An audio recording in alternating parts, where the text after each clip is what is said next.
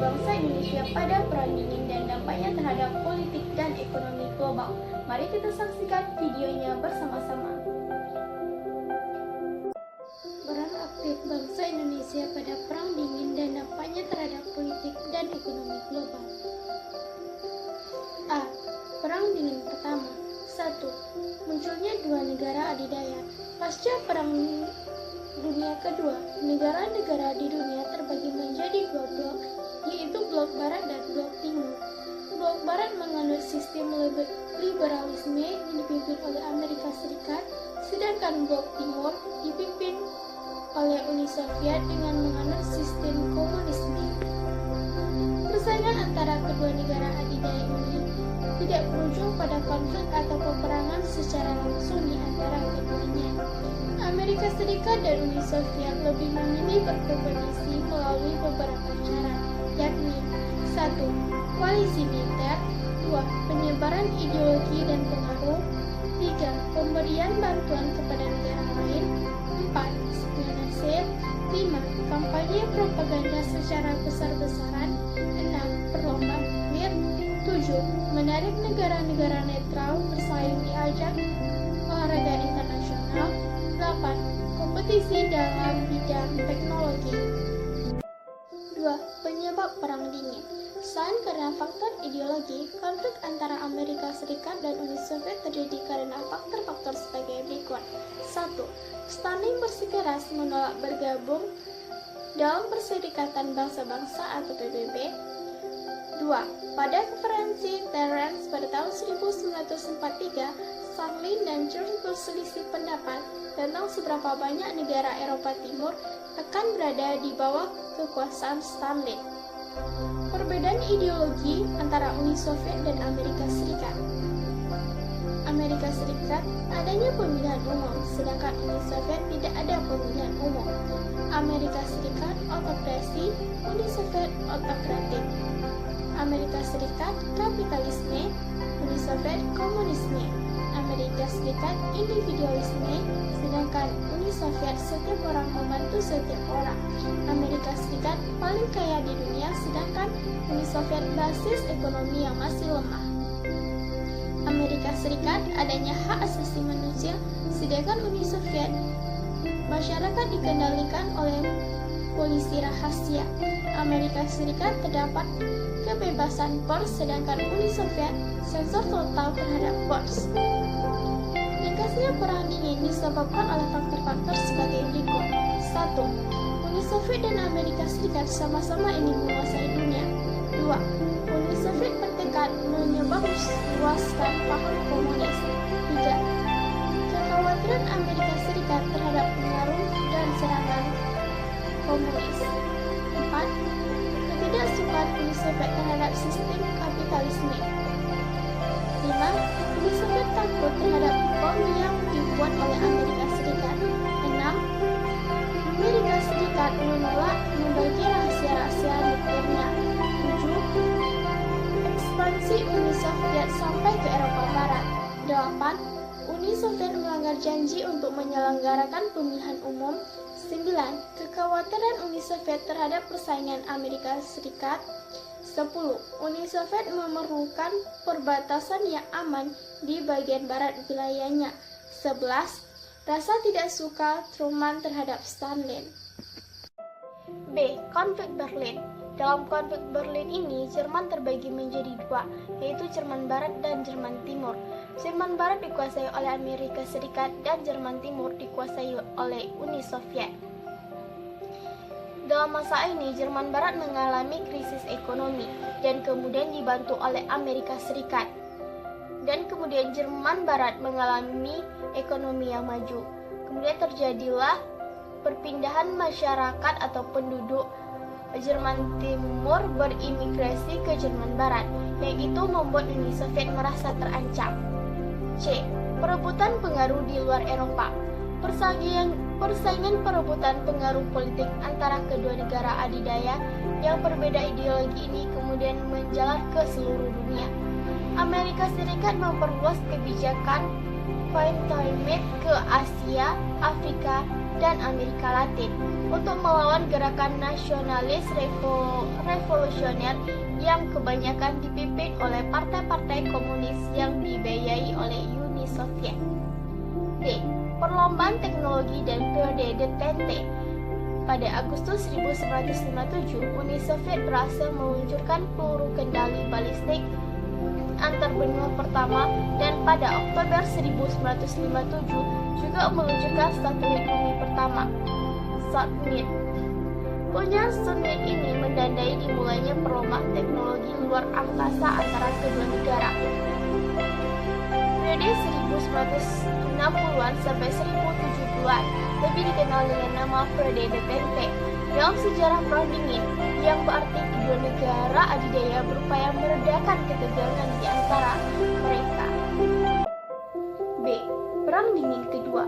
Perang Dingin Kedua merujuk pada periode peningkatan kembali ketegangan dan konflik antara kedua negara adidaya pada akhir tahun 1970-an sampai awal 1980-an, yaitu terjadi dari segi ekonomi, militer, dan politik.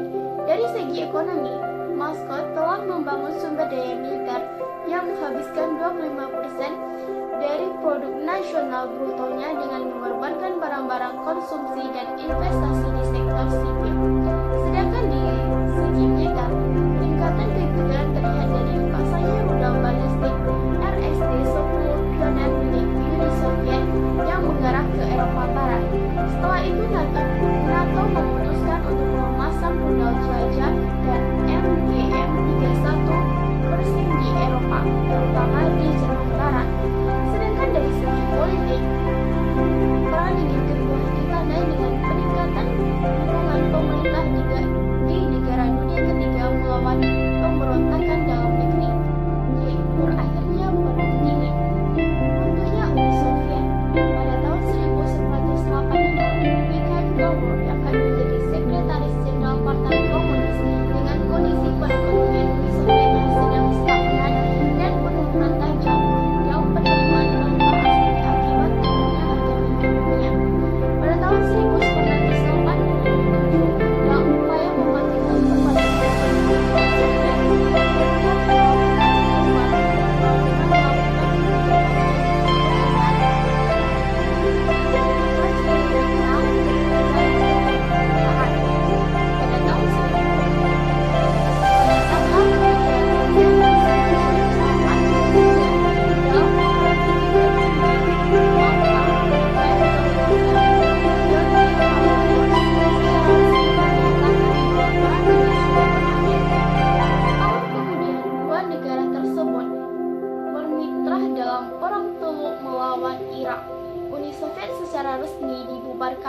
pada 25 Desember 1991. D. Dampak Perang Dingin. 1. Uni Soviet. Setelah Perang Dingin, Rusia sebagai ahli waris utama Uni Soviet memotong pengeluaran militer secara drastis. Deflasi ekonomi menyebabkan jutaan warga di seluruh Uni Soviet menganggur. Sementara itu, reformasi yang dijalankan Gorbachev mengakibatkan terjadinya resesi yang lebih parah daripada yang dialami oleh Amerika Serikat dan Jerman selama masa depresi besar tahun 1930-an. 2. Bagi Amerika Serikat, setelah pembubaran Uni Soviet, dunia pasca Perang Dingin secara luas dianggap sebagai dunia yang dikompori dan menyisakan Amerika Serikat sebagai satu-satunya negara adidaya di dunia. 3. Bagi dunia ketiga,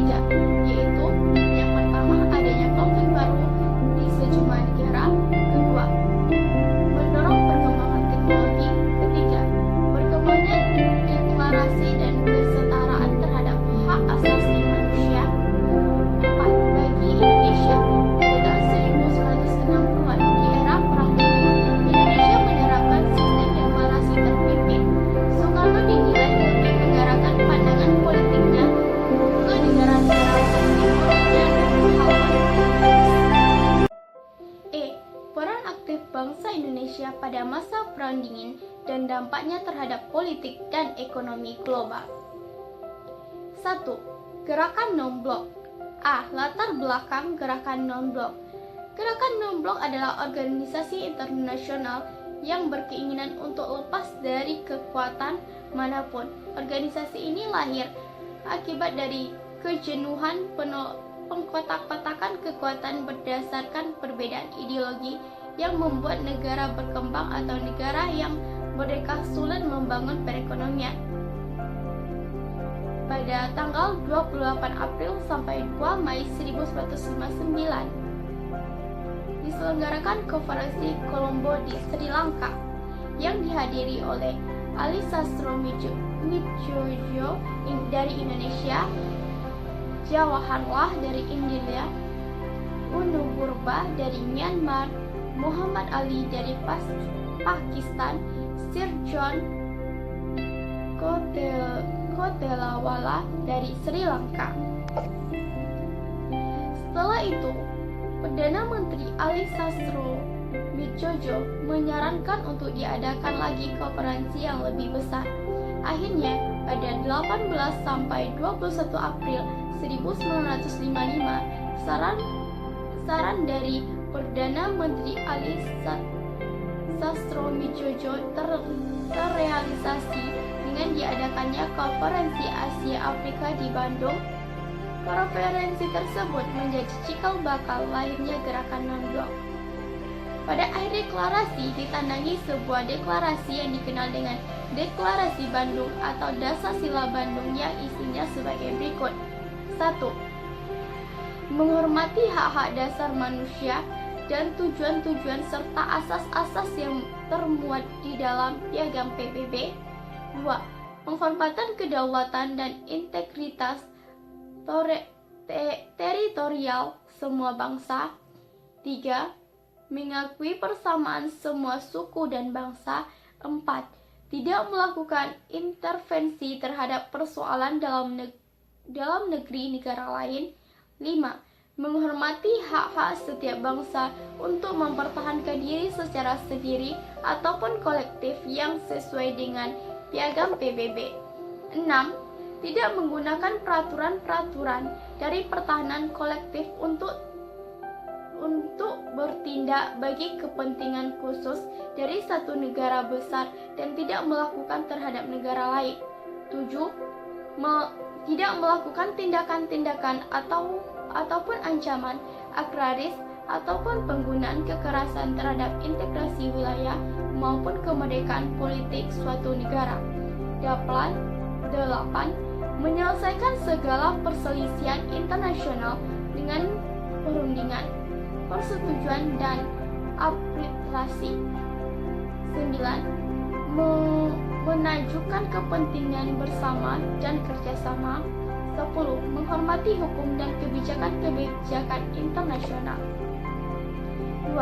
Terbentuknya Gerakan Non-Blok. Pada tanggal 1 sampai 6 September 1961 diadakan konferensi tingkat tinggi di Belgrade, Yugoslavia guna mengoperasikan Dasar-Sila Bandung dalam sebuah gerakan yang konkret. Konferensi tersebut akhirnya mengeluarkan keputusan bersama untuk membentuk sebuah gerakan yang bernama Gerakan Non-Blok. Pendiriannya yaitu terdiri dari 5 pemimpin. Yang pertama, Presiden Yugoslavia. Kedua, Presiden Indonesia. Ketiga, Presiden Mesir. 4. Perdana Menteri India. 8.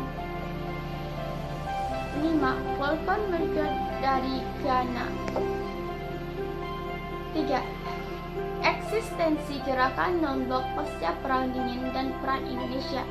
Eksistensi Gerakan Non-Blok pasca Perang Dingin.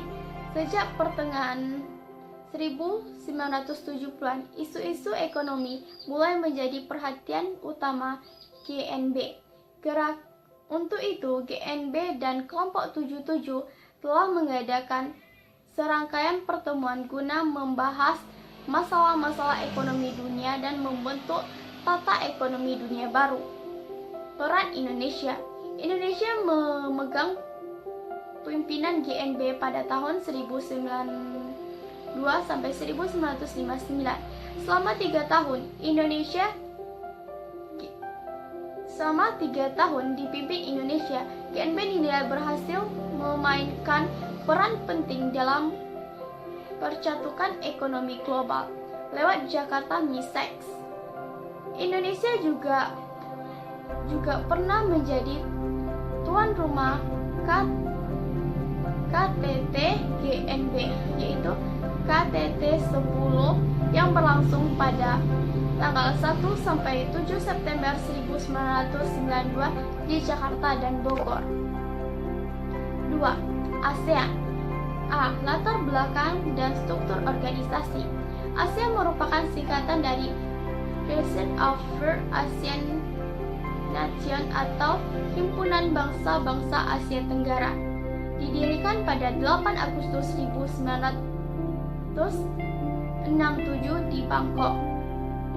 Pelopor berdirinya ASEAN adalah Indonesia, Malaysia, Filipina, Singapura, dan Thailand. Beberapa negara lain kemudian ikut bergabung, yaitu Brunei Darussalam bergabung pada tanggal 8 Januari 1984, Vietnam bergabung pada tanggal 28 Juni 1995, Laos bergabung pada tanggal 23 Juli 1997, Myanmar bergabung pada tanggal 23 Juli 1997, dan Kamboja bergabung pada 16 Desember 1998. ASEAN memiliki tujuan, yaitu tujuannya yang pertama, mempercepat pertumbuhan ekonomi, kemajuan sosial, dan perkembangan budaya di kawasan Asia Tenggara. 2. Mempromosikan perdamaian dan stabilitas regional melalui penghormatan terhadap keadilan dan supremasi hukum dalam hubungan antara negara-negara di kawasan serta kepatuhan terhadap prinsip-prinsip piagam PBB. B. Eksistensi. 1. Kerjasama ekonomi. Kerjasama perekonomian ini mencakup sektor perindustrian, perdagangan, serta pembentukan ASEAN atau kawasan perdagangan bebas ASEAN. Beberapa kerjasama ekonomi diantaranya sebagai berikut. 1. Melalui AFTA diberlakukan tarif efektif bersama antara 5-10% atas dasar produk, baik produk ekspor maupun impor. 2. Perdagangan bebas dengan mitra bicara. 3. Bekerja sama di sektor industri dan jasa berupa sektor transportasi dan telekomunikasi, pariwisata, dan keuangan. 2. Kerjasama politik dan keamanan, yaitu terdiri dari Konvensi ASEAN tentang Pemberantasan Terorisme. 2. Pertemuan para Menteri Pertahanan anggota ASEAN yang bertujuan mempromosikan perdamaian dan stabilitas kawasan melalui dialog serta kerjasama di bidang pertahanan dan keamanan. 3. Penyelesaian sengketa Laut Tiongkok Selatan. 4. Kerjasama pemberantasan kejahatan lintas negara yang mencakup pemberantasan teroris, perdagangan obat terlarang, pencucian uang, penyelundupan, perdagangan senjata ringan, perdagangan manusia, bajak laut, kejahatan internal, dan kejahatan ekonomi internasional. 3. Kerjasama eksternal dan fungsional. Pada kerjasama antara Asia Tenggara dan Timur Laut telah dipercatat dengan diadakannya pertemuan puncak tahunan antara para pemimpin ASEAN, Tiongkok, Jepang, dan Republik Korea dalam proses ASEAN Plus 3. Kerjasama fungsional dalam ASEAN mencakup bidang-bidang kebudayaan, penerangan, pendidikan, lingkungan hidup, ilmu pengetahuan dan teknologi, penanganan bencana alam, kesehatan, ketenagakerjaan, pembangunan sosial, pengentasan kemiskinan, pemberdayaan perempuan, kepemudaan, penanggulangan narkoba, serta peningkatan administrasi dan pengawasan publik. 3. Kerjasama negara-negara kawasan utara dan selatan. Kelompok negara-negara utara disebut sebagai kelompok negara maju yang memiliki pendapatan per kapita tinggi, sedangkan kelompok negara-negara selatan adalah negara-negara yang sedang berkembang. Negara-negara ini memiliki pendapatan per kapita yang rendah dan infrastruktur yang terbatas. Indonesia selalu berkomitmen mewujudkan prinsip-prinsip GNB.